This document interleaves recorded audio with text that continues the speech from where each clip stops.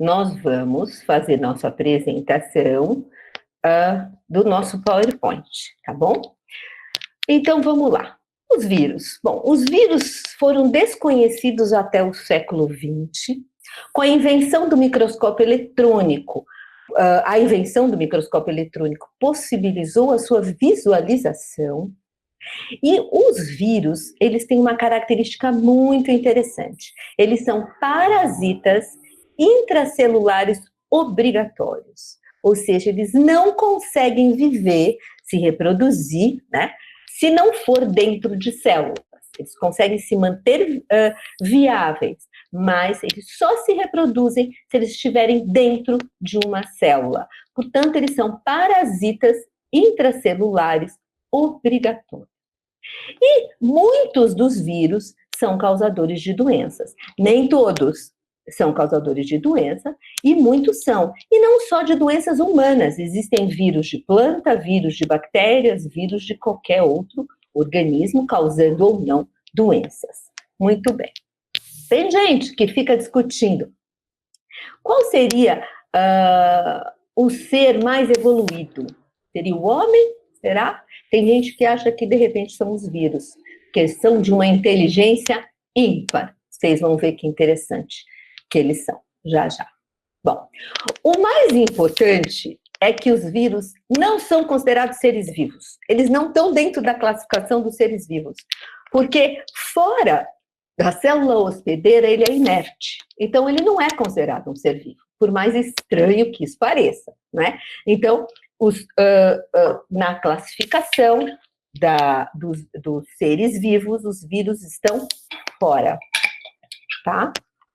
Eles não possuem enzimas, e por isso, eles não possuem enzimas e não possuem um citoplasma. Eles não têm capacidade de fazer nenhuma atividade de produção enzimática. Por isso, eles se utilizam dos aparatos metabólicos da célula do hospedeiro. Então, o que o vírus faz é entrar na célula hospedeira, e vocês vão ver os vídeos muito legais que eu separei para a gente ver isso, e quando eles estão dentro de uma célula hospedeira, o ácido nucleico viral, ele se torna ativo e começa a se multiplicar, usando o quê? O aparato, lembra que a gente comentou lá de todo o aparato da célula de fazer RNA mensageiro e depois fazer as proteínas, né? O processo de tradução, exatamente o que os vírus fazem. Eles entram na sua célula, quando você tem aquela dor de garganta, né?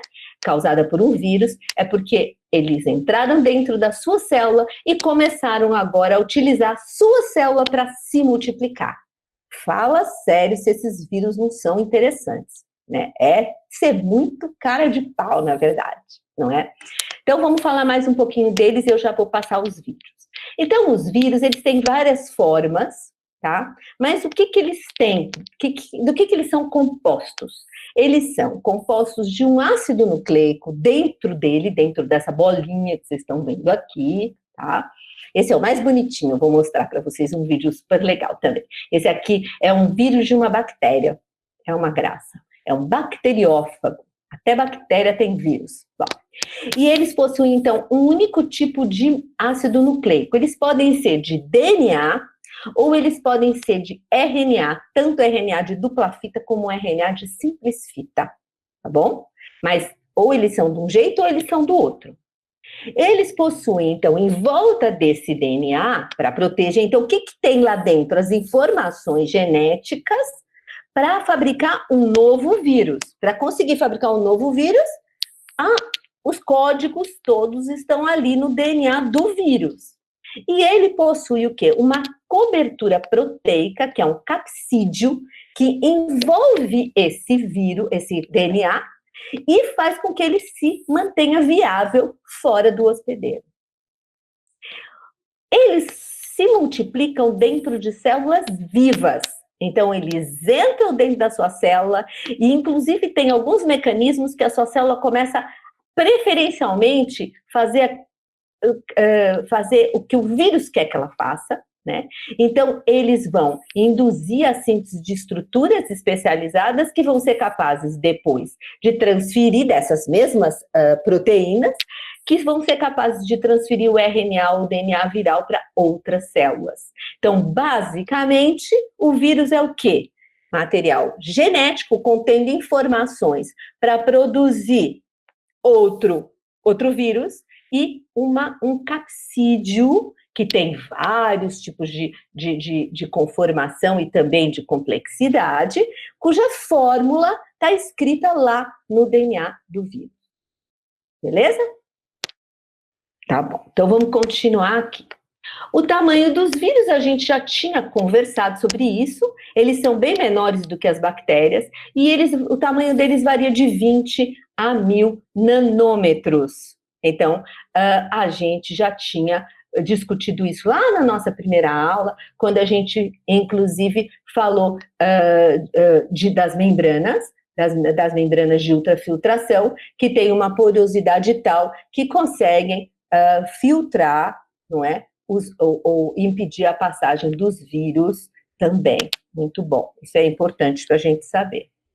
Aqui é um slide apenas mostrando diferentes tipos de vírus e, de certa forma, com uma proporção em relação ao tamanho do vírus e uma bactéria, como vocês estão vendo aqui. Isso aqui é uma bactéria, o tamanho dela, né?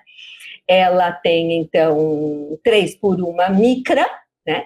E tem alguns vírus que são bastante grandes, o vírus Ebola é bastante grande, e tem outros vírus bastante pequenos, como vocês podem ver aqui, adenovírus. Olha o poliovírus aqui, super importante, nós vamos falar dele logo, o vírus da polio, que espero que todos vocês tenham tomado devidamente as vacinas quando eram pequenininhos, não é? Então, esse é o vírus da polio, você vê que é um vírus bem pequeno.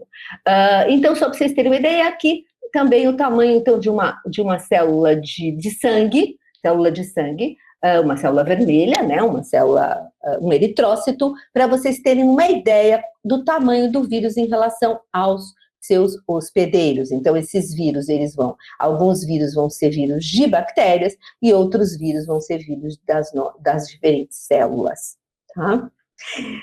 Muito bem.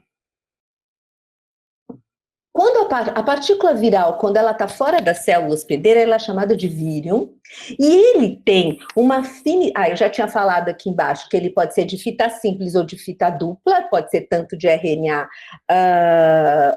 de DNA de fita dupla, como de RNA de fita simples ou de fita dupla, tá?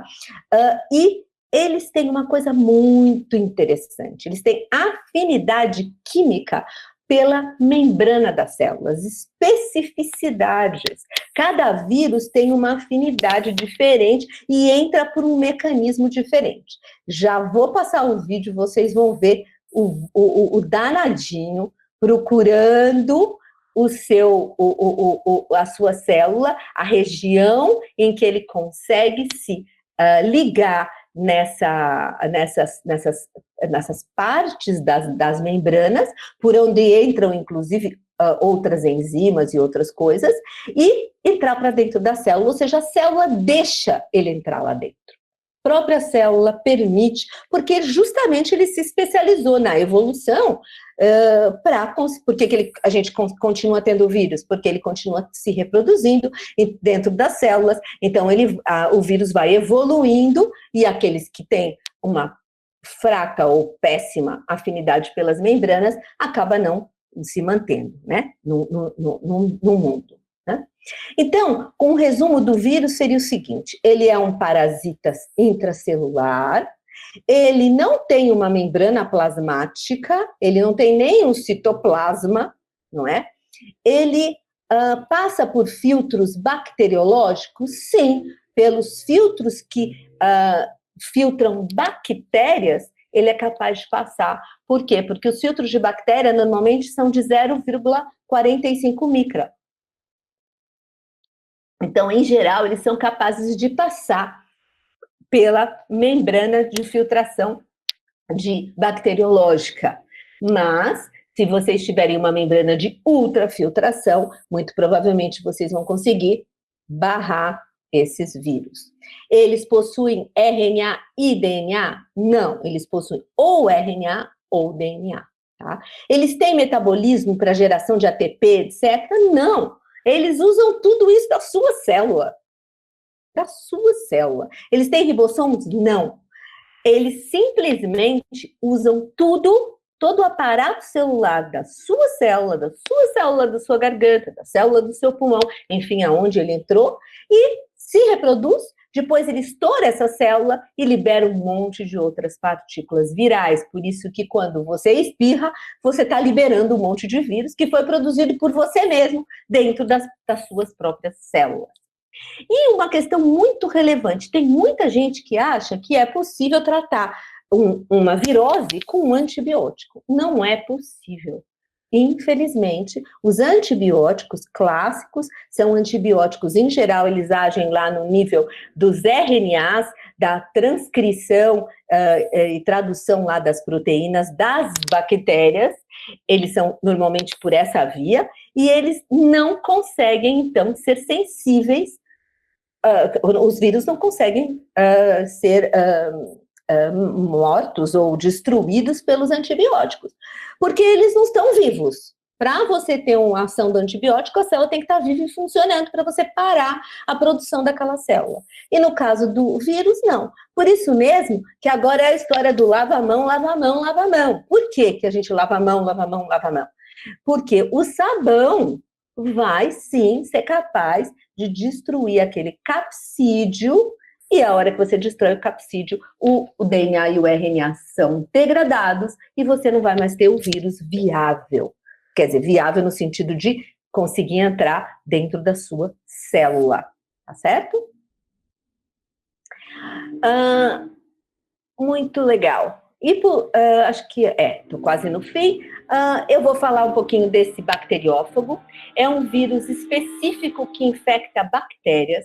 E para o caso das bactérias, ele tem um fator bastante importante. Os vírus ajudam as bactérias a fazer troca do seu material genético. Lembra que eu comentei isso lá com os plasmídios também, que carregavam pelos plasmídios, na verdade, quando se reproduzem, muitas vezes eles carregam um pedacinho do cromossomo da bactéria, uma cópia de um pedacinho do cromossomo, do DNA da bactéria, e leva com ele, infecta outra célula e acaba fazendo aquele crossing over que vocês já estudaram e que gera o quê? Variabilidade genética, para que a gente possa ter evolução e estar sempre renovando essas linhagens.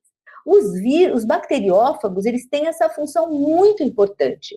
Eles, apesar de viverem, se infectarem a bactéria e destruírem essa bactéria quando eles entram no ciclo lítico, que eu vou mostrar já para vocês no filme, o que acontece? Esse vírus, ele vai entrar, ele tem um mecanismo, essa parte aqui é toda de proteínas, parece uma injeção, isso aqui é como um êmbolo. Então, esse vírus, ele vai se encostar na bactéria, ele vai juntar essas perninhas aqui que vão conseguir se ligar na parede da bactéria, vai injetar o seu DNA aqui dentro, e esse DNA muitas vezes vai ficar junto, anexado ao cromossomo bacteriano. Então, toda vez que a bactéria se reproduzir, ela reproduz também aquele pedacinho do vírus. E quando ele entra, por motivos diferentes, ele entra no ciclo que a gente chama no ciclo lítico, o que vai acontecer?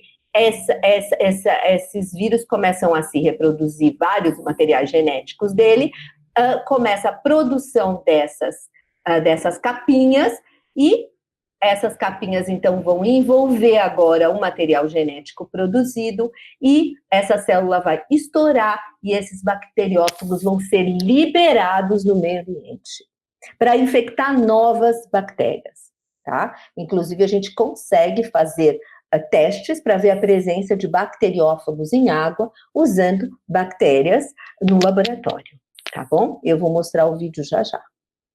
Bom. Vamos passar o vídeo? Não, deixa eu falar já logo das doenças, porque daí a gente pode Não, vou passar os vídeos, depois eu falo das doenças. Então, agora eu vou parar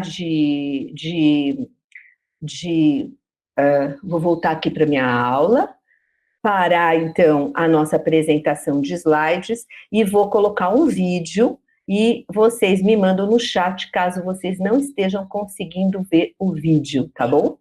Os vídeos eu vou passar um por um e vou fazer comentários, tá?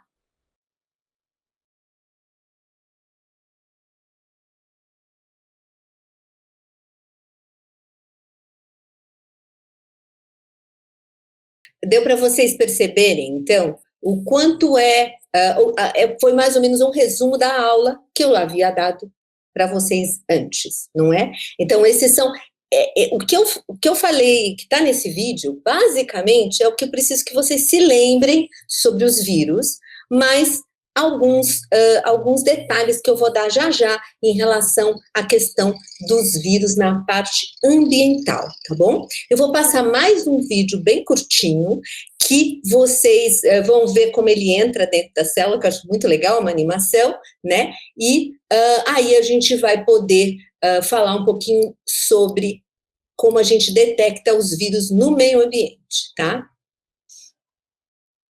Vamos passar esse aqui, eu vou passar esses dois, um é um vírus no eucarioto e o outro vírus no procarioto, que é para vocês verem como funciona aquele que não é o vírus inteiro que entra, mas ele injeta o material genético dentro da célula. Vou passar para vocês, então, espera lá.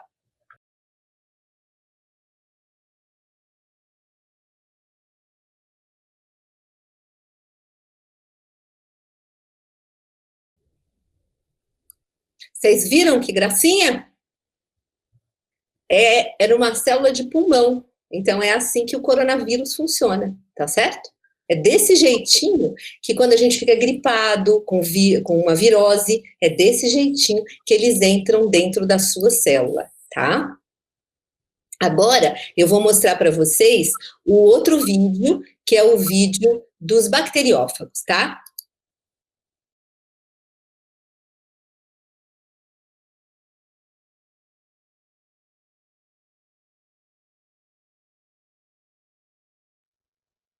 Então, voltando aqui para a nossa aula, agora acho que deu para entender bem direitinho aquilo que eu estava falando nesse slide, não é? E agora eu vou falar para vocês um pouquinho sobre as doenças causadas por vírus e as doenças que têm muito interesse na área da engenharia ambiental, não é? Então, aqui estão alguns exemplos de doenças importantes causadas por vírus. A hepatite infecciosa do tipo A, que a hepatite B e C, ela é transmitida pelo sangue, mas a tipo A e a tipo E, se eu não estiver enganada, sim, a tipo E, elas são transmitidas, então, por veiculação hídrica, ou seja, você vai se contaminar com água que tem a presença do vírus nessa água. Outros tipos de gastroenterite, existem várias, muitas vezes a gente vai para a praia e fica com aquela diarreia e etc, e o médico fala, isso é rotavírus, né? Que também, então, é um tipo de vírus que causa todo esse desconforto intestinal. A poliomielite, não é? Que é muito conhecida, né, a polio, que causou tantos problemas, tantas pessoas, né, paralíticas e tudo no passado, e que hoje, graças a Deus, a gente já tem vacina contra a maioria delas, né. Outras doenças importantes, mas que aí não são diretamente de veiculação hídrica, normalmente elas estão transmitidas, essas que eu vou falar agora, por vetores, que é o caso da febre amarela, dengue e zika, que são transmitidas pelo mosquito, então quando o mosquito te pica, ele injeta dentro o vírus. Então, esta parte não é tão importante na área mais na área de saneamento, mas é muito importante também para o engenheiro ambiental, no sentido de que se você modifica habitat, se você transforma uma floresta de repente, sem todo o seu controle, você cria locais agora propícios para o desenvolvimento desses insetos, e esses insetos poderão trazer as doenças também. Uma outra doença que é muito comum, que vocês todos conhecem, agora está todo mundo familiarizado, né, com com vírus, H1N1, H1N3, etc., e gripe aviária, gripe não sei o quê, é a gripe, que é transmitida, então, direto de um para o outro, através das gotículas, né, do seu espirro, que vão colonizar, então, vão levar o vírus para uma outra pessoa, e através das vias respiratórias, normalmente, então, pelas mãos, que a gente sempre pondo a mão na boca e nas mãos, você acaba levando essas partículas virais para dentro do seu sistema respiratório. HIV, que até foi o exemplo do vídeo que eu passei, e agora que está hiper nas notícias, a Covid-19, que é uma doença do vírus SARS número 2, né, que também é uma doença, então, viral, e vocês já nem precisam ensinar muito mais sobre vírus, porque certamente vocês estão ouvindo maciçamente essa informação na televisão, né? Muito bom. Aí vocês vão pensar, sim, professora, mas vamos voltar aí para a questão do esgoto, do saneamento ambiental, que é a parte que muito interessa, né? E é a parte que o engenheiro ambiental vai poder ter uma ação, né, para prevenir todas essas doenças, apesar da gente já ter vacina para muitas delas, mesmo assim a gente continua tendo a necessidade de monitorar, e eu vou contar uma coisa muito legal que a CETESB faz na época de vacinação da poliomielite. Muito bom, mas primeiro eu preciso contar para vocês como é que a gente detecta vírus numa amostra de esgoto, numa amostra do meio ambiente, tá? Inclusive, a gente pode tentar detectar o vírus no ar, nas partículas atmosféricas, podemos tentar encontrar vírus na água de rios, de represas, até na água de beber. Só que, devido à quantidade muito pequena desses vírus em geral nas águas tratadas, é muito difícil a gente conseguir fazer essa análise na água de beber. Então, a gente precisa fazer um monitoramento no esgoto e nas águas superficiais, tá? Então, antigamente, quando eu entrei na CETESB, eu trabalhei na CETESB, acho que já contei para vocês, né, durante 22 anos, quando eu entrei na CETESB, como que a gente detectava vírus? Meu Deus, era uma doideira.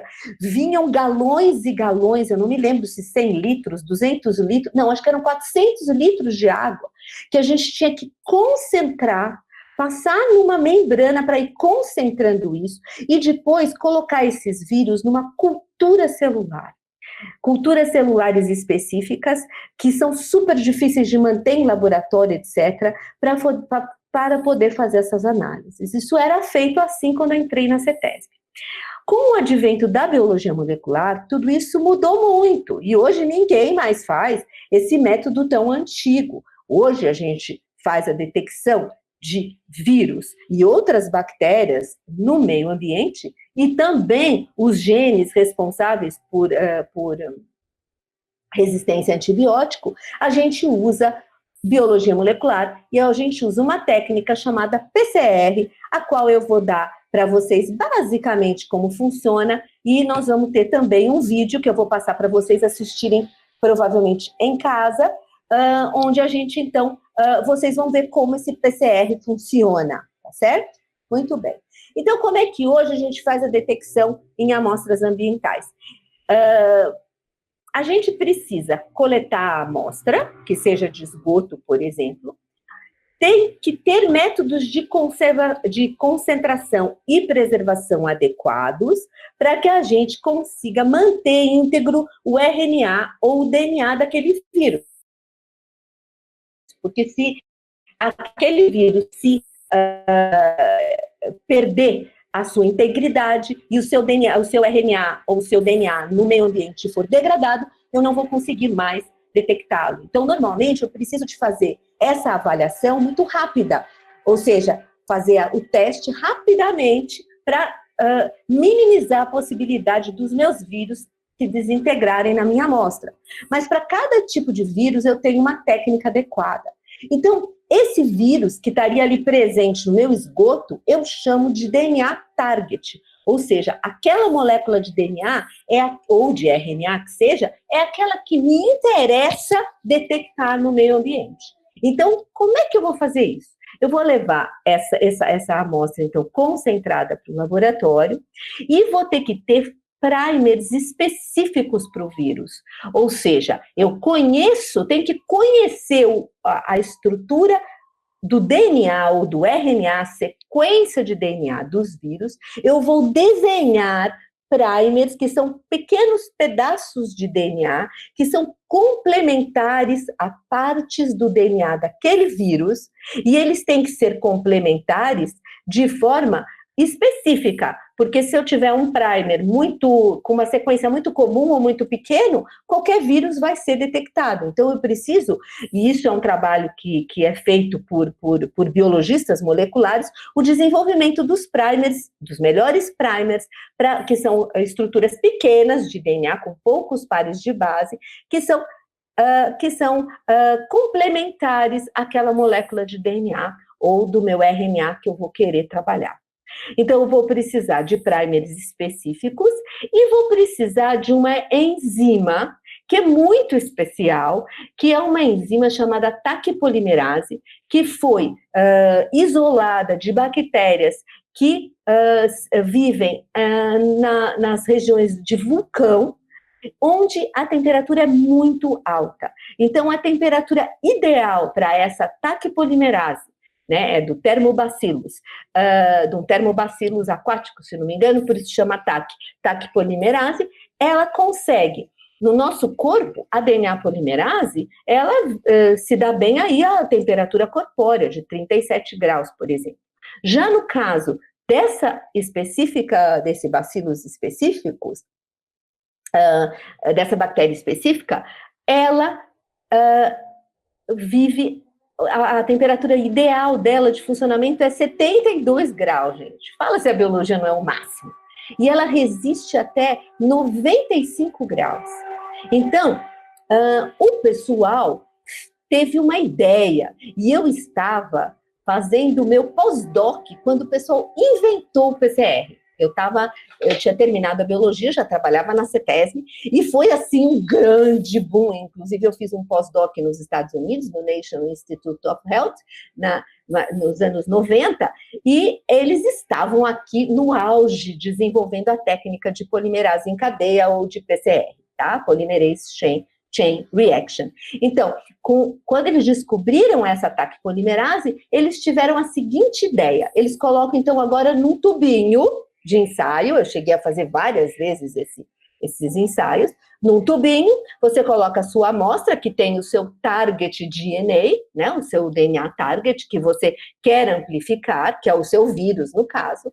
Você vai colocar, então, DNA polimerase, que funciona super bem a 72 graus, e você vai colocar nucleotídeos, ou seja, uma adenina, a timina, a guanina e a citosina ligadas no seu respectivo açúcar e no seu fósforo. Então, eu vou colocar todos esses nucleotídeos dentro de um tubinho, juntamente com os primers específicos, e vou ter um equipamento que se chama PCR, é uma maquininha hoje deste tamanhinho, que nada mais é do que um banho-maria, não sei se vocês sabem o que é banho-maria, mas é um banho de areia, na verdade, em vez de ser um banho de água, onde a gente iria colocar o tubo dentro, ele é um banho de areia e ele consegue mudar as temperaturas rapidamente. Então, esse que foi o grande pulo do gato do desenvolvimento do PCR.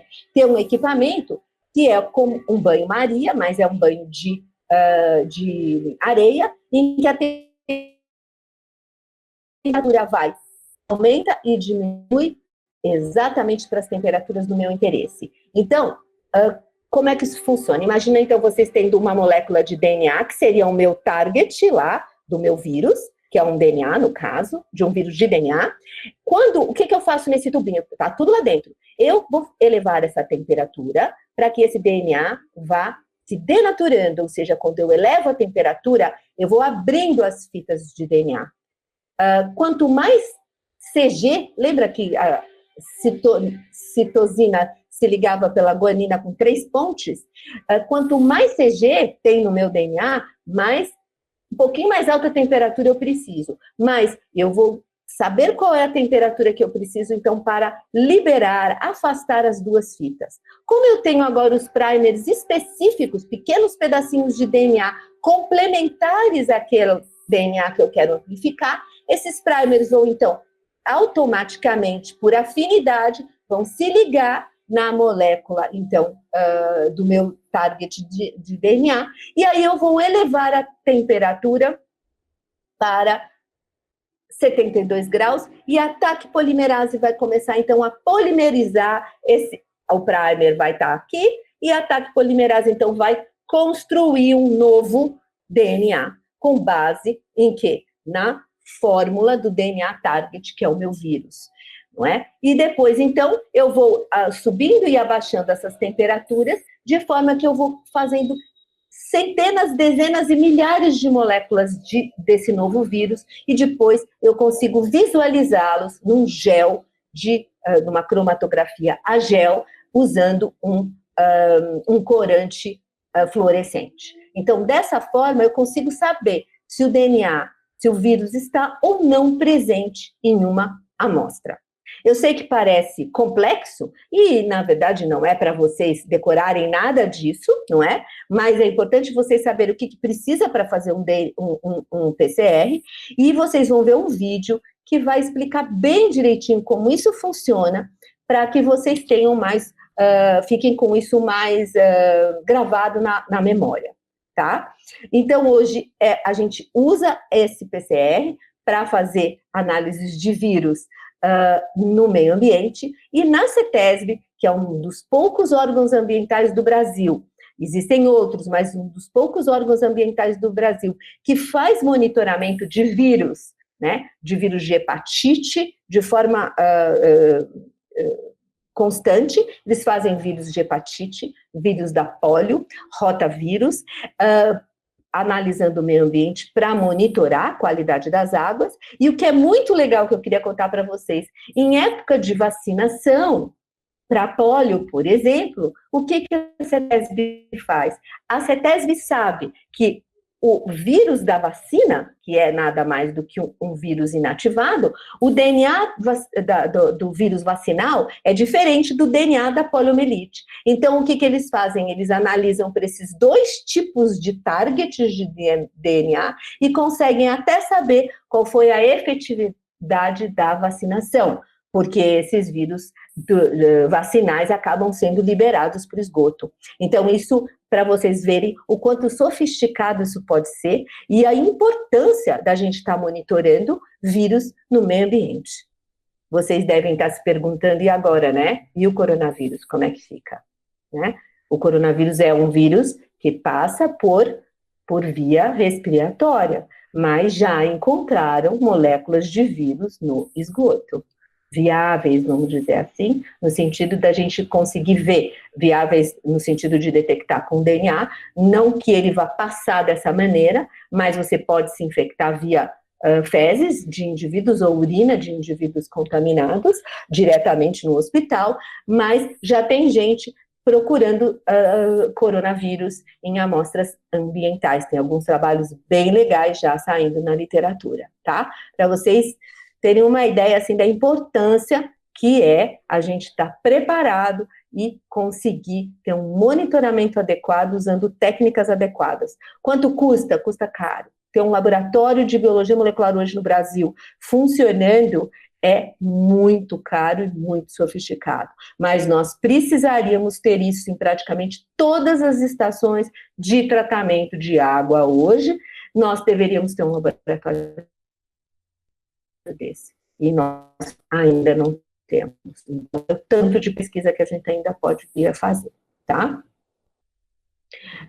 Não, desculpa, alguém me perguntou sobre a eletroforese, na verdade, o que eu quis dizer, que a gente visualiza, é numa eletroforese, usando um agar. Eu disse a palavra errada, cromatografia, desculpe, de vez em quando, na minha idade, eu troco as bolas.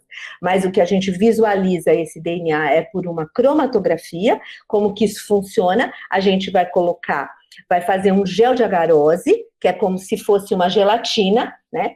Vai colocar isso numa bandejinha, essa bandejinha vai ser colocada num banho, numa câmara de eletroforese, né?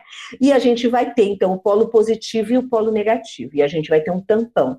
E a gente vai aplicar, então, aquele nosso conteúdo do nosso tubo, que a gente amplificou para o vírus. Se ele tinha o vírus, ele amplificou milhares de moléculas de DNA, e eu vou conseguir ver isso nessa minha eletroforese. Então, eu vou colocar isso num dos lados da eletroforese, e agora eu vou fazer uma pergunta. Bem, que eu vou querer que alguém responda, por favor. Se é uma eletroforese, eu vou ter um lado positivo e um lado negativo, certo? Eu quero saber se o DNA, ele vai para o lado positivo ou vai para o lado negativo. Sabendo que o DNA é um ácido desoxirribonucleico. Alguém tem ideia se ele vai para o positivo ou para o negativo? De que lado eu tenho que colocar ele? Do lado negativo para ele ir para o positivo ou ele vai para o negativo? Positivo. O DNA é um ácido, não é? É o ácido desoxirribonucleico. Então, ele vai ter lá o seu ladinho negativo. Então, ele vai o quê? Migrar para o polo positivo. Uma vez, nós estávamos fazendo PCR e nós fizemos ao contrário. Nós ligamos ao contrário. Obviamente, o meu DNA, que estava lá no comecinho do meu gel, se eu coloquei o polo positivo para cá, ele foi embora e caiu na solução, eu não vi nada. E o que a gente usa, a gente coloca junto nessa solução que está com os primers todos amplificados, com o DNA amplificado, a gente vai colocar um pouquinho de um corante fluorescente que se intercala no DNA, por exemplo, e aí a gente consegue, brometo de etídio, por exemplo, e aí a gente põe uma luz UV e você consegue ver a banda bem bonitinha na região. Então, eu vou, no vídeo que a gente vai ver, que vocês vão ver, porque eu vou deixar isso vou passar já, assim que terminar a aula, eu passo para vocês a lista dos vídeos, não é? Que eu gostaria que vocês vissem, para que vocês vejam um deles como funciona esse PCR. Claro, gente, que isso é apenas para vocês terem uma ideia, não é? Mas, uma coisa é certa, eu só consigo fazer a detecção de um vírus se eu conhecer o DNA. Então, para eu fazer o meu PCR, eu vou precisar da estrutura do DNA do vírus, vou precisar de primers, vou precisar de nucleotídeos e vou precisar da TAC polimerase. E vou precisar de um PCR que vai aumentar e diminuir a temperatura. Alguém poderia me perguntar assim, mas professora, se o vírus é de RNA, como vai? Como vai fazer isso? Não vou poder, porque a DNA polimerase não vai trabalhar no RNA. Mas existe uma enzima chamada transcriptase reversa, RT polimerase, que essa transcriptase reversa, o que ela faz? Ela transforma RNA em DNA. Então, quando o vírus que eu quero trabalhar, no caso da polio, ele é um vírus de RNA. Então, e no coronavírus também é de RNA. Então, eu vou precisar, no meu PCR, ter uma etapa anterior, primeiro com uma transcriptase reversa e uma transcriptase reversa, que eu posso, então, transformar aquele RNA, que é o meu alvo, em DNA, e aí fazer o meu PCR normal. Beleza? Então, gente, era isso que eu tinha para hoje. Já passo, então, para vocês todos os vídeos. E tem muita coisa bacana na internet, divirtam-se aí. E lembrem-se, o horário para ver os vídeos é logo depois da nossa aula. Eu agora vou chamar o nosso convidado para falar um pouco com vocês. Ele já está presente na sala. E vocês podem fazer pergunta via chat, ou quem já quiser se desinibindo, vai querer ser professor no futuro, já vai pegando o microfone, e a gente, então, vocês vão ter tempo, quando o professor Romeu acabar a apresentação, eu quero que vocês já entrem imediatamente lá no Google e já olhem todos os vídeos que eu deixei para vocês, são vídeos curtos, eu tenho certeza que vocês vão gostar. Tudo bem? Então, vou convidar o professor Romeu, que já está aqui na sala. Romeu, eu gostaria que você habilitar seu microfone e a sua tela, para os alunos poderem te ver. Boa noite, habilitado? Hã? Tá vendo? Tá o seu microfone. Então, Romeu, a classe é sua. Nós temos atualmente 40 alunos presentes na sala, são todos alunos e alunas do primeiro ano de biologia, do primeiro ano de engenharia ambiental, estão fazendo o primeiro semestre com a gente, e você deve ter ouvido um pouquinho da minha fala. A gente dá um passeio aí em toda a biologia para eles, né, desde biologia molecular, depois vírus, bactérias, protozoários, algas, enfim, plantas, e para que eles tenham uma visão global. E eu fico muito feliz de ter você aqui. O professor Romeu, ele é doutor na área de microbiologia ambiental. Não podia ser uma pessoa, eu estava louca para chamá-lo, mas estava até com vergonha, porque ele é tão assim, conhecedor, que eu falei, será que ele vai vir aqui falar com a gente? Mas ele se prontificou a vir falar com a gente.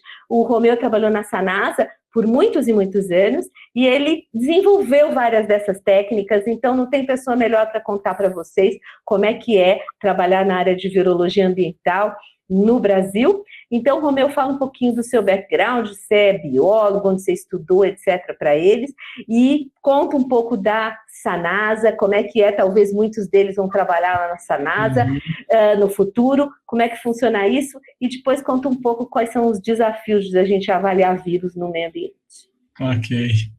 Primeiro eu quero agradecer o seu convite, Gisela, porque, na verdade, vocês, essa turminha aí, tem o privilégio de ter uma professora que nem a Gisela, né, que é a nossa referência, é verdade. É um prazer poder contribuir. E hoje a gente está aprendendo mais que nunca que a interação, a troca, a interdisciplinaridade é fundamental em todas as áreas que a gente vai trabalhar e buscar conhecimento, né? A gente está vivendo isso mais que nunca agora na questão dessa pandemia. Realmente eu pude acompanhar o finzinho aí da explanação da Gisela, que faz parte de todo o contexto com a área que a gente trabalha, que a gente atua, né? Então, meu nome é Romeu Cantuzzi, eu sou biólogo, eu encerrei a parte de Sanasa com quase 35 anos de empresa, inclusive com a parte acadêmica também na Unicamp, no Instituto de Biologia, com parcerias também em outros institutos da universidade, né? Nesse meio de tempo, a gente vê a importância de você entender o que você faz dentro do contexto acadêmico pé no chão, que eu sempre falo essa linguagem bem simples, né? Aliás, é uma conversa que a gente vai ter, vou procurar trazer para vocês. Qual é a visão, né, nossa hoje do profissional dentro de uma empresa de saneamento, associando a parte da academia, que é fundamental para que a gente tenha todo esse rol de conhecimento aplicado, né? A gente, na verdade, traduz aquilo que a gente desenvolve na academia para uma aplicação prática, né, dentro das várias etapas e dos vários conceitos que são necessários dentro de uma empresa de saneamento. A empresa que eu trabalhei durante anos é a Sanasa, né, é a Sociedade de Abastecimento de Água e Saneamento de Campinas, é uma das maiores, se não a maior empresa, autarquia mista, né, municipal aqui do Brasil. A gente tem uma representatividade não só em termos da cidade de Campinas, mas em qualidade de água, em tratamento de água e tratamento de esgoto também. São temas extremamente relevantes para a área de vocês. Eu acho muito importante a gente tomar posse das oportunidades de conhecimento que são lançadas como desafios, porque hoje você tem que conhecer para você tomar decisão. Não adianta você ficar apenas ali, né, na parte de estuda, mas não aplica e não toma decisão, porque é isso que vai impactar no dia a dia nosso. No desenvolver desses 35 anos, né, eu pude fazer o meu mestrado, o meu doutorado, foi um privilégio para mim poder associar toda a parte de desenvolvimento técnico dentro da empresa de saneamento na carreira, né, da gestão de qualidade, né, de água para consumo humano, e todo esse processo, né, todo esse trabalho traz uma condição que eu chamo a atenção para vocês, que é dentro da área que você trabalha. Por exemplo, eu posso falar, bem colocado, a microbiologia, a parasitologia são as minhas expertises, mas ela integra dentro do processo? Sim, ela integra dentro do processo. Então, quando você trabalha numa empresa de saneamento, o engenheiro ambiental, o biólogo, o químico, o engenheiro civil, todas as áreas se integram, porque a ferramenta gestora hoje, a gente chama de plano de segurança da água. O que é essa ferramenta? É justamente você ter todo o norte de conhecimento, desde a captação, desde a bacia hidrográfica que você capta a água até a torneira do consumidor. Isso traz, então, um leque de atividades, um leque de buscas e um leque de entendimento que permite você chegar ao ponto de falar, bom, a minha empresa funciona porque ela entende da matéria-prima, ela entende como transformar aquela matéria-prima e ela entende do risco que tem se aquela matéria-prima não estiver dentro do padrão mínimo que nós estabelecemos através de diretrizes nacionais e internacionais. Essa aplicabilidade, esse entendimento, essa busca, né, claro, necessita de profissionais que estão sempre integrando, se atualizando e entendendo a dinâmica de cada etapa. Quando eu tive o privilégio de ter vários estagiários do curso de Engenharia Ambiental, que hoje eu tenho orgulho de falar que todos os meus estagiários são hiper bem colocados, meus alunos também. Então, isso para mim é realmente... A gente, de fato, mede a nossa capacidade, né, o nosso sucesso olhando onde os alunos estão. Isso, para mim, foi muito gratificante durante tantos anos poder ser formador, né, e ajudador e orientador de todos vocês. Então, que seja no curso na carreira, no curso que vocês escolheram, entendam, todos os cursos são desafios, mas quando a gente faz com boa vontade, com amor mesmo aquilo que a gente busca, é muito gratificante.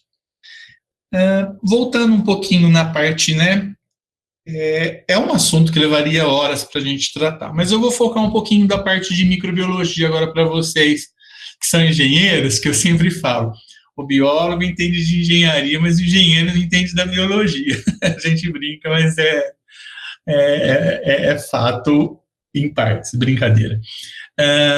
Por quê? Porque a gente é obrigado a buscar no processo a solução para o problema que a gente tem. Como que a gente trabalha hoje, assim, fazendo um draft, um desenho, assim, bem claro, bem objetivo, né? Nós temos uma portaria, vamos trabalhar com a portaria de qualidade de água, que eu acho que é um documento que, no curso de vocês, vai ser muito importante vocês terem esse documento em mãos, né? E essa portaria, vamos chamá-la ainda, ela tem a portaria 20, que nada mais é do que a 2.914, que é de qualidade de água para consumo humano. O que ela é para a gente? Ela é um guia técnico, né, que nos leva a um entendimento, uma cartilha técnica, não punitiva, mas elucidativa em relação àquilo que a gente tem numa empresa de saneamento. O que eu tenho na empresa de saneamento? O que hoje é uma empresa de saneamento? Há 20 anos atrás, eu pegava a água do Rio Atibaia, que a gente pegava, tratava de uma maneira bem simples, vamos dizer, perto do processo que a gente tem hoje, era simplesmente mitigar o risco que existia, sem usar essa terminologia na época, da matriz ou do produto que a gente ia distribuir para a população. Diferente de hoje. Hoje você pega uma matéria-prima extremamente degradada, porque vocês sabem que os nossos mananciais, os nossos rios, eles estão numa região antrópica, a contaminação é abundante de todas as formas, quer agrícola, quer por efluentes, químicos, quer por efluentes sanitários. Isso faz com que a gente receba aquela matéria-prima totalmente degradada e a gente busque nesse processo, dentro de uma estação de tratamento, transformar em algo potável, algo para consumo humano. Olha, e não é só... eu sempre fiz essa integração da parte de microbiologia de alimentos com água, porque a água não deixa de ser um alimento também, dentro do contexto alimentar também. Ela não só prepara, como você ingere. E o risco é muito maior, porque o alimento você come uma quantidade bem menor frente ao que você ingere. Então, hoje, trabalhar numa empresa de saneamento é um desafio mesmo, porque você tem que trabalhar com aquele risco 24 horas por dia, em função da matriz que você faz a captação. Então, nessa leitura que você tem de uma portaria, que eu estabeleci um dos vários documentos que nós temos norteadores, você tem lá uma gama de substâncias químicas e uma gama de investigação microbiológica para que você tenha essa informação e saiba como atuar em cada etapa do processo de tratamento de água. É aí, então, que, focando na parte microbiológica específica, o que aconteceu no decorrer desses anos todos? Eu observei que a Gisela já apresentou bastante coisa para vocês, né, em relação a todo a biologia básica e necessária para que vocês possam ser introduzidos nesse mundo, né, nessa parte de processo, nessa carência que a gente tem de saneamento no Brasil.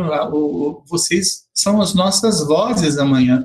Então é muito importante essa formação e esse entendimento. Nós temos lá o nosso manancial, os nossos mananciais. Qual a condição que ele se encontra, então? Hoje a gente determina, né, a gente qualifica, a gente enquadra esses cursos de água dependendo das cargas químicas e biológicas que eles possuem. Que jeito que a gente faz essa tratativa hoje, então?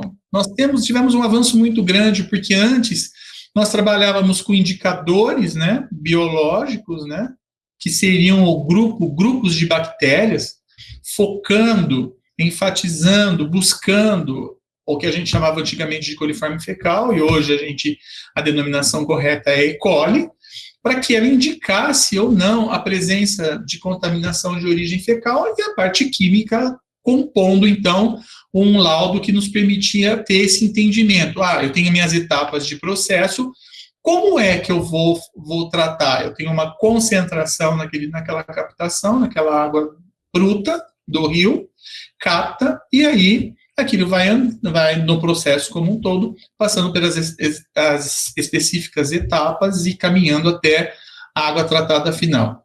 Mas e daí, o que acontece? A gente está falando da pandemia agora, né, do coronavírus, né, fazendo uma retrospectiva. No decorrer desses anos todos, a gente teve uma evolução de problemas muito sérios nas nossas águas brutas. Por que eu chamo a atenção da água bruta? Porque ela é a matriz, tá? O que a gente teve nessa composição? A gente teve a ocorrência, não sei se a Gisela já entrou nessa parte, mas da ocorrência a gente tem um dos grandes componentes da microbiota do manancial, é o fitoplâncton, tá? São as algas que a gente tem. As algas são muito importantes, porque se elas, em condição de eutrofização daquele curso d'água, ou enriquecimento por fósforo, nitrogênio, o que ela permite? Permite que aquilo lá se desequilibre, porque tem muita... Aquilo faz com que haja um desenvolvimento que a gente chama de floração, e a comunidade se desenvolve tamanha que, na hora que você capta, vai sim afetar o seu processo de tratamento. Isso impacta de que forma?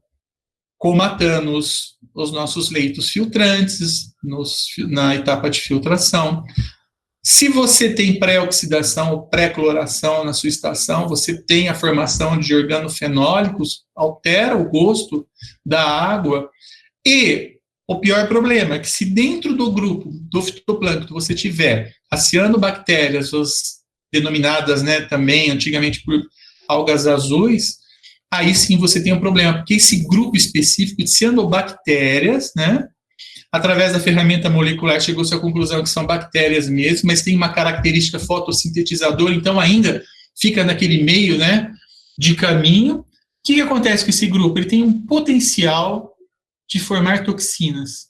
E aí sim começaram os grandes problemas, os grandes surtos, né?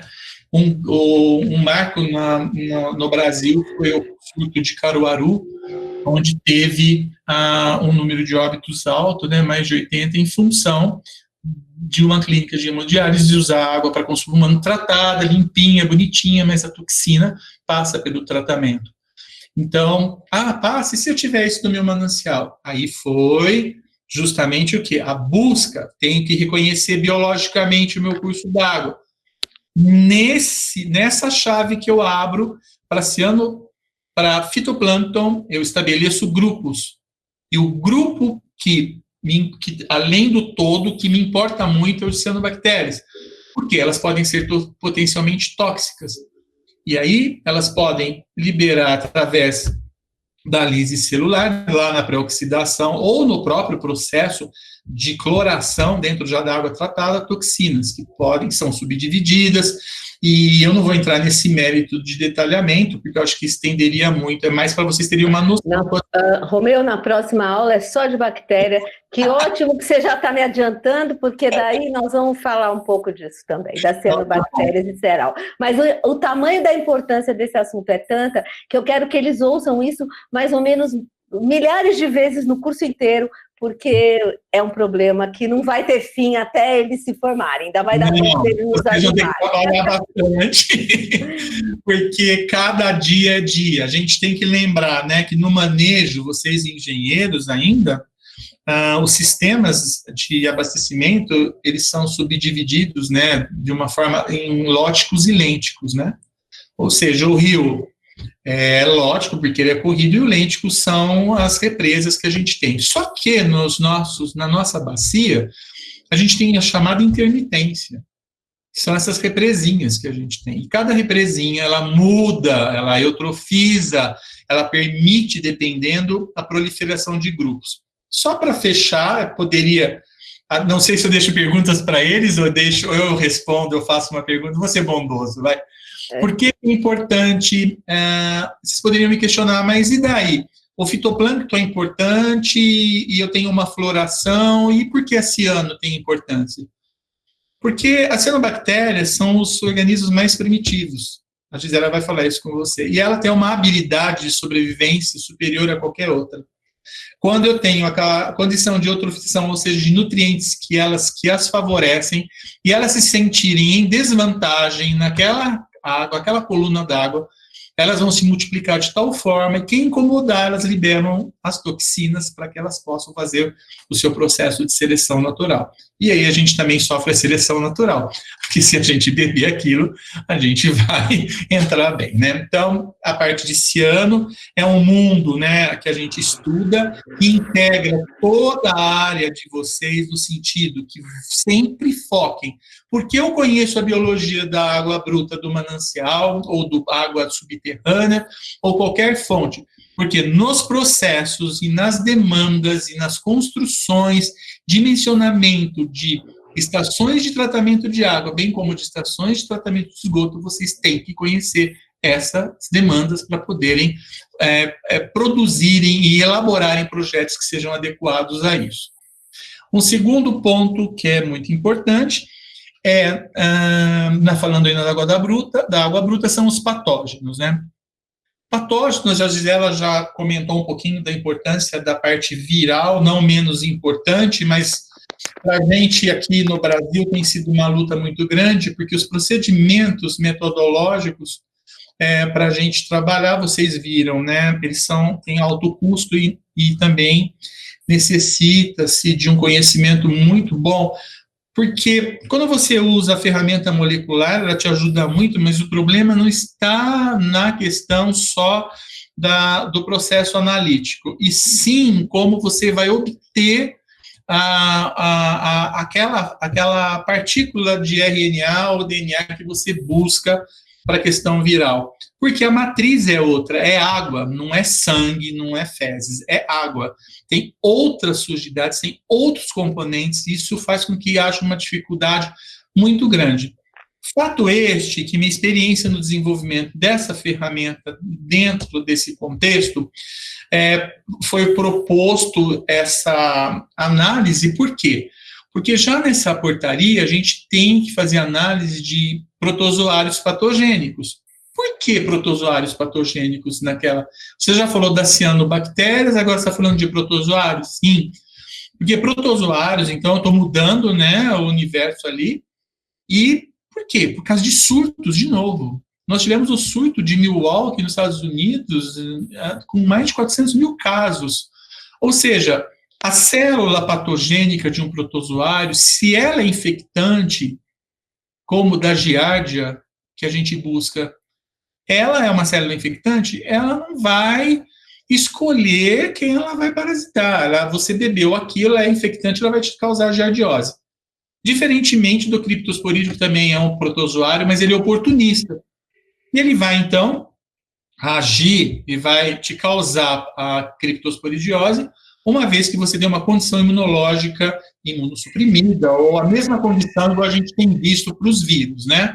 Mas o que chama atenção nesse contexto é que na pandemia da AIDS, né, foi que houve a emergência da criptosporidiose no mundo todo, justamente porque essa síndrome, ela diminui, claro, sua condição imunológica e fazia com que os oportunistas, no caso o Cryptosporidium, de veiculação hídrica, se você tomasse, tivesse uma condição imunológica ruim, ele iria, sim, manifestar a doença.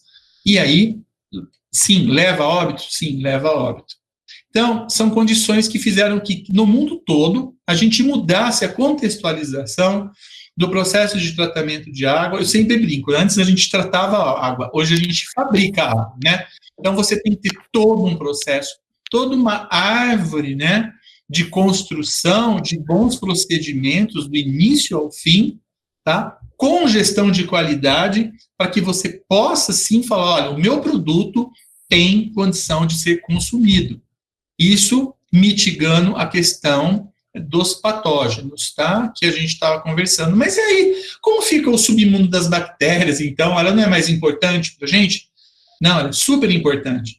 Porque a ocorrência desses grupos, né, de indicadores de qualidade de água, como ele se chama, apesar de não serem agentes patogênicos, eles mostram e evidenciam a ocorrência de que alguma coisa está errada no meu processo. Então, vamos lá. Eu tenho a água bruta que chega do rio Atibaia. Vamos fazer um insight aí, tá? Eu tenho o rio Atibaia, tenho minha captação lá, tá? E aquilo é um fluxo contínuo, como eu falei para você, é um sistema lótico. Que qualidade tem esse rio? Como é que ele está naquele momento? Tem que ficar monitorando 24 horas. Tem que ter? Tem, porque ele muda. Qualquer carga química, qualquer carga de efluente maior, qualquer mortandade de peixe, aí entra outros fatores, causam o quê? Se eu tenho um aumento de fitoplâncton, eu posso ter um decaimento de oxigênio. Isso tudo vai influir no quê? Na hora que essa água captada, que também funciona 24 horas por dia, chegue na estação. E você tem que ter ali todo o seu sistema de tratabilidade adequado àquelas condições da qualidade da matriz que você está recebendo. Tá? E por que isso é muito importante? Porque eu tenho que reduzir a carga, que eu tenho o máximo que eu puder, para que na parte do processo de filtração eu faça o polimento, a remoção das partículas, né, do refinamento do que passou. E é aí que mora o perigo. Porque dependendo do agente patogênico que a gente tem nos mananciais, por que eu falo que tem? Porque os mananciais caem o quê nos nossos mananciais? Efluente. E os efluentes, a maioria das cidades, não são tratados. E a gente recebe aquela carga. Então, eu pré-oxido, eu precipito, eu sedimento, eu filtro. Se eu não tiver uma remoção de parâmetros, que como vocês vão aprender no decorrer da parte, provavelmente, de processos, né, em tratamento de água, do padrão turbidez, que é fundamental para uma gama de patógenos como protozoários, eu tenho um risco enorme, porque ele é resistente a sistema de cloração. A cloração é um processo de desinfecção efetivo para bactérias, até o momento considerado relativamente efetivo para vírus, mas para protozoários não, tá? Principalmente Cryptosporidium. Porque existe a demanda de tempo de contato, todo o entendimento do instrumento que você vai aplicar no seu processo de tratamento para que você tenha a remoção desses agentes. Ah, mas você comentou lá, de repente, eu tenho um grupo de fitoplâncton ali e tem um aumento, aumentou um pouco o grupo de cianobactérias. Como eu falei, a gente tem a portaria, tem os seus números ali que evidenciam os limites, mas é bem importante? Porque podem ser potencialmente tóxicas, e se isso for, você tem um problema muito sério. Mas eu vou remover, então, com a filtração? Também não vai. Aí você tem que usar o carvão ativado para fazer a dissorção justamente das toxinas que possam ocorrer. Bem como é utilizado muito o carvão ativado para a remoção de substâncias organoléticas que se formam na pré-oxidação que você tem no seu sistema.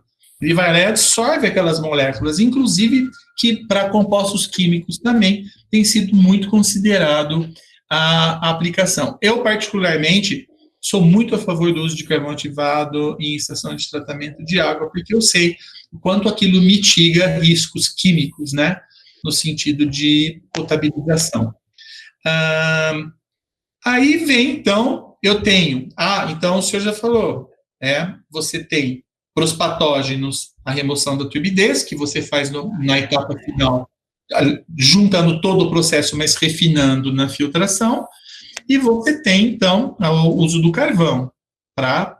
Romeu, essa filtração, porque é uma filtração em filtros tipo de areia, porque só para diferenciar, porque logo no primeiro dia de aula eu pedi para eles fazerem um trabalho sobre as membranas de ultrafiltração. Eu vou falar para eles. E eles fizeram esse trabalhinho para saber. Então, só para diferenciar que essa filtração que você está falando aí, nos processos hoje de tratamento de água, pelo menos que a Sanasa usa, é filtração em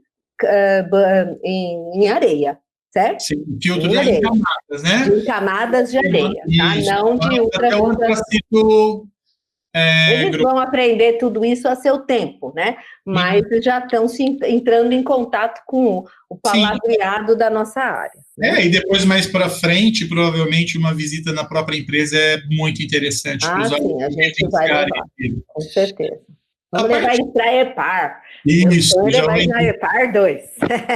Aí, a gente chega na parte de bactérias, como eu falei, de indicadores, que você remove, então, se naqueles 10% que passa pelo filtro, né, ou da comunidade dessa microbiota, você vai conseguir eliminar com cloro qualquer grupo, né, de bactérias patogênicas que tenha. Lembre-se, às vezes você fala, mas é 100%, que você elimina. Não, você não pode eliminar todos os grupos de bactérias. Tem bactérias que são importantes para o nosso trato gastrointestinal, que faz parte do nosso processo, mas a cloração, a desinfecção, dentro daquele valor estabelecido que você tem de aplicação de cloro, você vai eliminar os grupos que realmente poderiam causar qualquer possibilidade de gastroenterite ou doenças de veiculação hídrica, tá?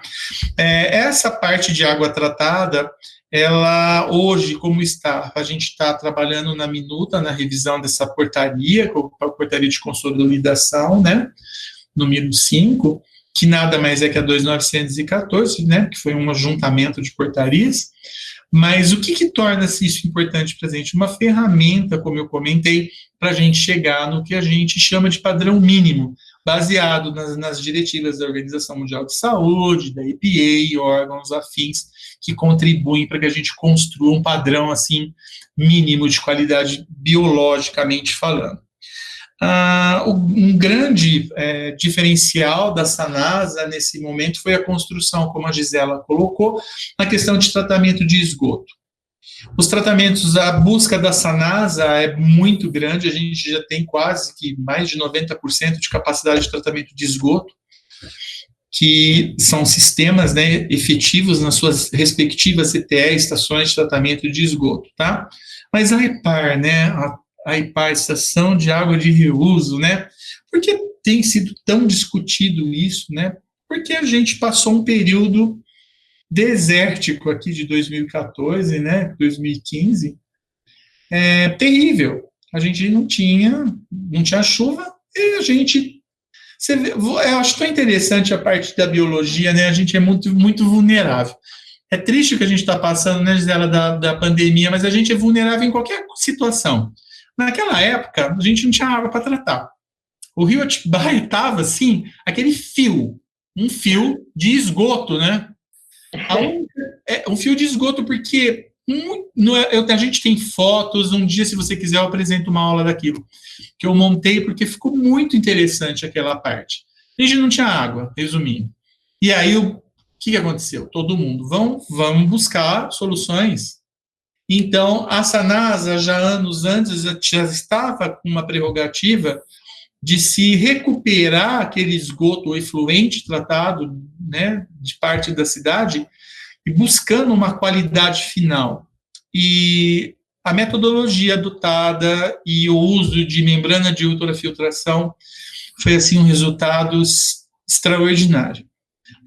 Todos os órgãos ambientais que nos visitaram aqui do Brasil e internacionalmente ficaram encantados com a qualidade final do efluente tratado. E realmente, eu fui uma pessoa, eu trabalhei em todo esse processo, né, junto com os engenheiros em toda a parte acompanhando o projeto em cada etapa, porque ele compreende várias etapas em todo aquele processo, e no piloto que a gente fez, no tratamento, era uma coisa absurda a qualidade dessa água, porque a gente, assim... Para ter ideia, a gente fez análise até de protozoários ali e nunca os resultados de não encontrar é uma coisa absurda, porque eu falava, vou encontrar, e não encontrava. Bactérias também, imagina, são bactérias indicadoras de qualidade. E aí houve, e existe atualmente, a discussão dos usos múltiplos, né, da água de reuso. Para fins não, óbvio, de potabilidade. A gente ainda não chegou do meu ponto de vista, a gente tem que estudar mais ainda, mas é uma prerrogativa, sim, de uso potável. Mas no momento, ainda a gente tem que estudar um pouco mais, porque ela pode atingir parâmetros interessantes, mas a gente tem que ver que a água de consumo humano, você poderia falar assim, mas e os efluentes? É 100% efluente, né? Captado. O rio, por pior que ele seja, ele ainda tem a calha, ele tem as trocas minerais, ele tem toda aquela microbiota integrando. Então, a gente teria que dar uma adequação melhor para chegar no que a gente chama de consumo humano, e a gente está estudando para isso também. Mas a qualidade da EPAR é uma coisa absurda, você devolver no rio uma água totalmente límpida. Você chegou a ver, né, Gisela? Sim, eu vou passar depois para eles, eu vou pôr a foto da água depois. Isso, tem um videozinho, depois eu vou ver se eu mando para você. Isso, que eu mando para eles. É uma coisa assim que para a gente foi uma luta. Como é o nosso comportamento profissional dentro da empresa, né? Que eu acho bastante interessante quem trabalha. A Gisela teve um caminho muito parecido com o meu, porque é muito diferente a gente trabalhar em empresas assim, que trabalham com o saneamento. O meu apelido na época era até peão de rio na época, porque você tem que conhecer, você tem que ir lá no rio, você tem que pôr a mão na massa, para depois você traduzir aquilo para a academia. O meu caminho, pelo menos, foi ao contrário, né? É levar aquele conhecimento de base, a prerrogativa para a universidade, transformar aquilo no quê? Em produto aplicável ao sistema de tratamento de água. Eu me sinto, assim, muito realizado nesse sentido, porque foi o que eu mais fiz, associando a questão acadêmica e a sua devida aplicabilidade para consumo humano, para recuperação ambiental, que são as nossas buscas, e a gente continuar nessa condição ainda, né, de poder delegar, entender e buscar toda essa dinâmica, né. lembrando sempre que quem trabalha nessa parte técnica, lembrem-se, a gente tem que ser muito imparcial. Muitas vezes me chamavam dentro da empresa de anjo negro, e chegou anjo negro, né? Porque não tem meio termo. Água tratada tem algum problema, tem um rompimento de rede, teve uma pressão negativa, entrou esgoto, não dá para brincar. Água, ela acomete qualquer nível social contaminado. Se você tiver uma contaminação por esgoto ou por uma outra coisa, babau. Você tem que trabalhar isso 24 horas por dia. Então a gente, mas você não tem você. É isso, a informação à população é altamente necessária e eu me sinto assim muito lisonjeado de trabalhar numa empresa que sempre honrou com essa busca, honra, né? E buscando cada vez mais tecnologias e aprimoramentos técnicos para que a gente produza algo de consumo humano mesmo, no caso, água potável. Mas a minha busca sempre foi a recuperação do manancial, porque eu acho assim, eu acho super 10 eu ter trabalho em busca de pesquisa, eu preciso achar isso, preciso entender essa dinâmica, preciso mitigar o risco aqui e tal. Mas a gente está vendo, eu tenho lido artigos, Gisela, não sei se você tem observado, a recuperação do meio ambiente nesse período de pandemia só porque o povo está um pouco mais em casa. É uma coisa absurda o meio ambiente, como ele responde rápido. E essa é a busca e o recado que eu deixo nessa aula para vocês. Vamos trabalhar pelos nossos mananciais, se a gente recuperar a bacia, lutar por projetos de recuperação de bacia. Lógico que a gente tem como aprimorar. Vocês poderiam me questionar, puxa, eu não posso usar membrana, ultrafiltração e membrana para água tratada? Nossa, é um espetáculo, que o custo é muito alto, mas você imaginou você tratar sem usar quase insumo químico? É muito maravilhoso isso. Mas se a gente melhorar a matriz, a gente melhora todo o resto. E é uma coisa que eu lamento, porque eu vejo os nossos mananciais cada vez mais degradados, né? E são situações que levam hoje, a ferramenta máxima que a gente trabalha, não é um parâmetro analítico, que é muito importante, mas é justamente a gestão de risco. A gente pode ver exemplo disso na pandemia, né? Eu tenho resultado de exame, até você ter resultado de exame, às vezes a pessoa até morreu, o fato né? Mas o que você tem que fazer para mitigar esse risco? Quais são as ferramentas para eu evitar? E quando você fala de água é um problema, porque você não fica sem. Você precisa beber todo dia. Tá? O risco de um surto, que se vocês pegarem e colocarem aí no Google surtos de veiculação hídrica, vocês vão cair de costa. Se vocês pegarem os dados da OMS, as doenças de veiculação hídrica ainda são as que mais matam no mundo. É muito sério isso. Por quê? Porque ela não escolhe classe social. Você bebeu aquilo, tem agente patogênico, ponto final. Principalmente crianças, então, de 0 a 5 anos, a vulnerabilidade é muito grande, né? Então, assim, eu não sei se tem alguma pergunta, Gisela, até esse momento, se alguém tem alguma curiosidade. Alguém quer fazer alguma pergunta? Pode fazer pelo chat ou abrir o microfone. Eles ainda têm um pouquinho de vergonha de falar. Não. Mas aos poucos eles vão perder essa vergonha. Aqui também é um mundo de informação. É muita informação, né, para eles. Mas eu acho que é isso, eles vão começando. Eu agradeço muito, Romeu. Quem sabe, se a gente tiver outras oportunidades, você... tem uma coisa assim. Eu só queria comentar que fui à EPAR e realmente o trabalho é surpreendente. Nós vamos tentar organizar uma visita para a EPAR, né? E o nosso sonho, meu e do Romeu, é que a gente tenha a EPAR em todas as estações de tratamento de esgoto da região de Campinas, quem sabe do estado de São Paulo, para a gente ter uma super água aí. Eu sonho, né? Porque se não sonhar, a gente não vive. E imagina que sonho nós podermos sonhar com isso, a gente ter um tratamento maravilhoso de esgoto, usando todas essas membranas, e aí o tratamento de água vai ficar fácil, vai ficar muito mais tranquilo, quem sabe com membrana também. Eu desafiei essa turma, por isso que a primeira coisa que eles tiveram que fazer foi discutir sobre as membranas. Quem sabe eles vão descobrir uma membrana melhor que essa, com custo muito menor. Ainda vão fazer uma empresa via FAPESP para ganhar dinheiro. É o desejo para eles. Não ia ser o máximo, Romeu? Já pensou? Aí, falo mais, lembre-se dessa minha aulinha na época. Depois eles têm que fazer um agradecimento a nós por despertar a ideia. Exato. Mas, com certeza, pessoal, a gente foi uma fé enorme na juventude. Vocês têm garra, você vê, o Romeu também já tem os cabelinhos brancos dele, falta de cabelinho também. E nós já somos de uma geração, de outra geração, mas a gente ainda sonha e acredita que nós vamos ter um meio ambiente, pelo menos na bacia do PCJ, no que tange a Campinas. Eu tenho grandes esperanças, quem sabe em breve a gente vai poder dar boas notícias para eles, da surpresa que nós vamos ter aí para a bacia. Deus, né? Para eles também vai ser importante, eles vão poder trabalhar também ligados a isso. Quem sabe a gente logo já vou poder anunciar essa grande surpresa que a gente tem aí na área de tratamento e melhoria da qualidade das águas de Campinas. Então, Romeu, super obrigada, você deu um panorama bem legal, mostrando a importância da biologia.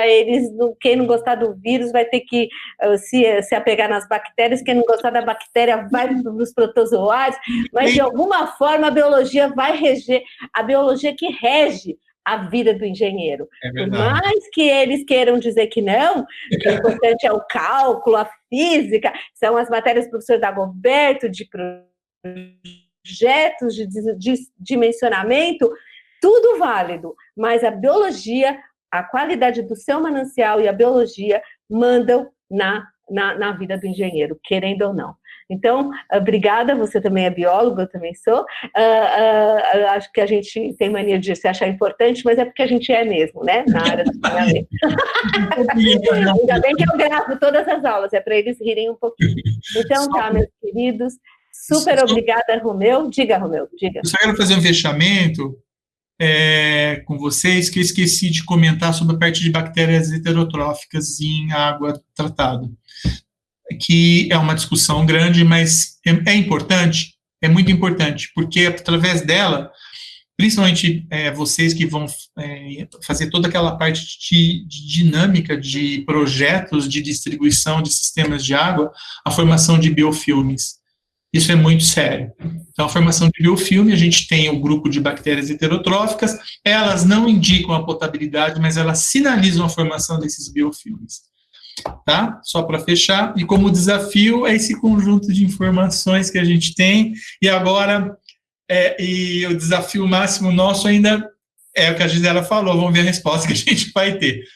Mas eu estou também à disposição de vocês, foi um prazer, espero poder ter dado alguma ajuda, alguma informação para vocês que não foi tão atropelado de tanta coisa, e eu estou à disposição, Gisela, deles, se eles precisarem de alguma coisa, podem me procurar, que vai ser um prazer, tá bom? Muito obrigado, viu? Super obrigada, Romeu, fica com Deus, até amanhã, obrigada. Até amanhã. Obrigada.